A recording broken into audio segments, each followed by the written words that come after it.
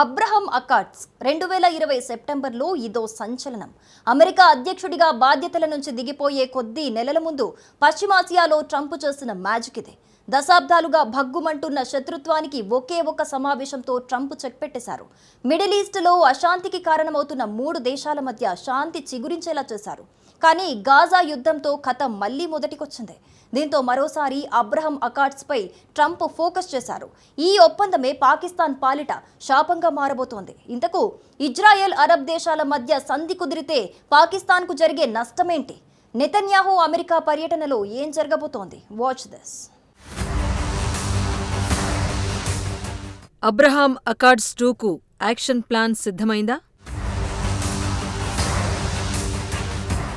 Netanyahu America పర్యటన అసలు లక్ష్యం అదేనా? అబ్రహాం అకార్డ్స్ 2తో పాకిస్తాన్కు జరిగే నష్టమేంటి? Will now sign the Abraham Accords. They will each sign 4 copies, 1 in English, 1 in Hebrew, and 2 in Arabic.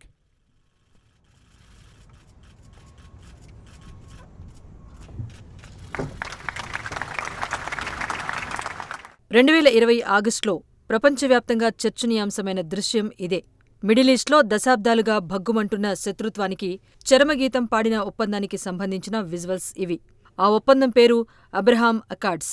నాడు వైట్ హౌస్లో ట్రంప్ సమక్షంలో Bahrain, Israel, United Arab Emirates మధ్య శాంతి ఒప్పందం కుదిరింది. డొనాల్డ్ ట్రంప్తో పాటు ఇజ్రాయెల్ ప్రధాని బెంజమిన్ నెతన్యాహు, బహ్రెయిన్, ఎమిరేట్స్ విదేశాంగ శాఖ మంత్రులు అబ్దుల్ లతీఫ్ అల్ జయానీ, అబ్దుల్ బిన్ జయేద్ ఒప్పందాలపై సంతకాలు చేశారు. వాటిని పరస్పరం బదలాయించుకున్నారు. మిడిల్ ఈస్ట్లో ఒక చారిత్రాత్మక సువర్ణ అధ్యాయం ఆరంభమైందని నాడు ట్రంప్ వ్యాఖ్యానించారు.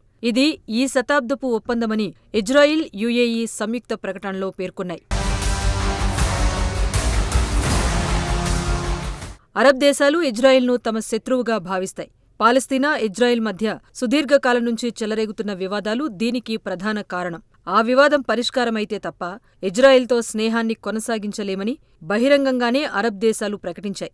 ఈ పరిస్థితుల్లో ఇజ్రాయిల్తో శాంతియుత వాతావరణాన్ని నెలకొల్పటానికి యునైటెడ్ అరబ్ ఎమిరేట్స్ అంగీకరించింది. బహ్రెయిన్ సైతం ఇజ్రాయిల్ వైపు మొగ్గు చూపించింది. ఈ 3 దేశాల మధ్య శాంతియుత వాతావరణం, స్నేహ సంబంధాలు ఏర్పడటంలో ట్రంప్ కీలక పాత్ర పోషించారు.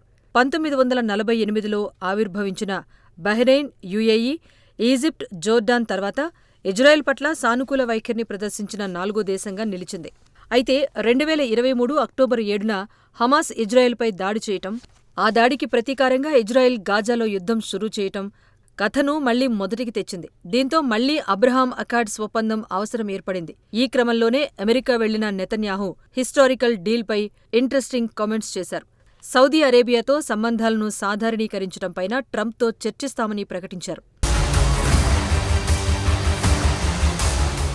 నిజానికి గాజా యుద్ధం తర్వాత ఇజ్రాయిల్, సౌదీ మధ్య దోస్తీ సెట్ చేయాలని బైడెన్ కూడా ప్రయత్నించారు. ఇజ్రాయిల్, సౌదీ అరేబియాలకు కొన్ని కీలక ప్రతిపాదనలు చేశారు.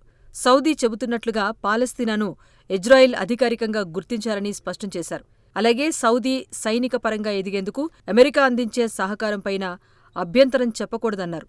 ప్రస్తుతం ప్రపంచమంతా కర్బన ఉద్గారాలకు కారణమైన ఇంధనాల వాడకాన్ని తగ్గించుకోవాలని చూస్తున్నాయి. అదే కనుక జరిగితే చమురు ఉత్పత్తులపై ఆధారపడిన తమలాంటి దేశాలకు భవిష్యత్తులో ఇక్కట్లు తప్పవని సౌదీ భావిస్తోంది. దీంతో అమెరికా వంటి దేశాల సహకారంతో టూరిజం, ఇతర మెగా ప్రాజెక్టుల రూపకల్పనకు ప్రణాళికలు చేసుకుంటోంది. వీటన్నింటికీ ఇజ్రాయిల్ అడ్డుపుల్ల వేయకుండా ఈ 2 దేశాల మధ్య సఖ్యత కుదర్చాలి అనేది అమెరికా ప్రయత్నం. అయితే పాలస్తీనాను ప్రత్యేక దేశంగా గుర్తించేందుకు నెతన్యాహు అస్సలు అంగీకరించటం లేదు. అలాంటిది ఇప్పుడు అమెరికా పర్యటనలో ట్రంప్తో ఇదే విషయమై చర్చిస్తానని చెప్పటం ఆసక్తికరంగా మారింది. కానీ ఇక్కడే అసలు చిక్కు ఉంది. ఈ 2 దేశాల మధ్య శాంతియుత వాతావరణం ఏర్పడితే ముస్లిం దేశాల మధ్య చీలిక వచ్చే ప్రమాదముంది. 2020 నాటి అబ్రహాం అకార్డ్స్ ఒప్పందానికి ఈజిప్ట్, జోర్డాన్ మద్దతుగా నిలిచాయి. దీన్ని బట్టి చూస్తే అప్పుడే ముస్లిం దేశాలు చీలిపోయినట్టు స్పష్టంగా అర్థమవుతోంది. పైగా ఆ ఒప్పందాన్ని పాలస్తీనా ఖండించింది. ఇరాన్ తీవ్రంగా వ్యతిరేకించింది.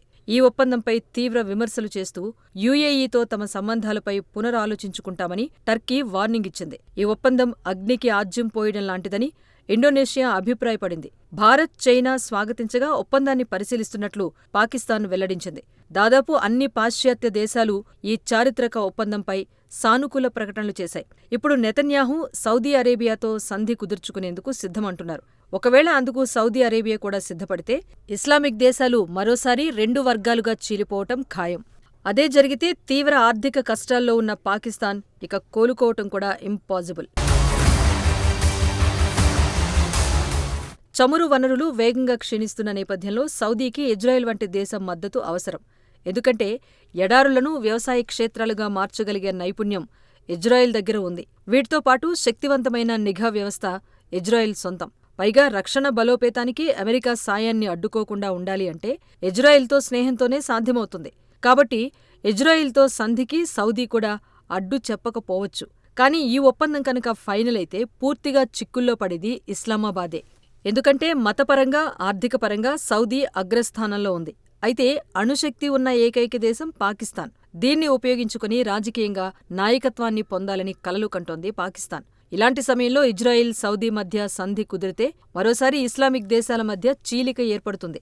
ఆ ఒప్పందానికి మద్దతిస్తే పాక్ మిత్రపక్షాలైన టర్కీ, మలేసియా, ఇరాన్ నుంచి విభేదాలు ఎదురయ్యే అవకాశాలుంటాయి. అదే కనుక జరిగితే ముస్లిం దేశాలను ఏలాలనుకున్న పాక్ కల నెరవేరకపోగా ఆయా దేశాల నుంచి సాయం అందటం కూడా అసాధ్యమే.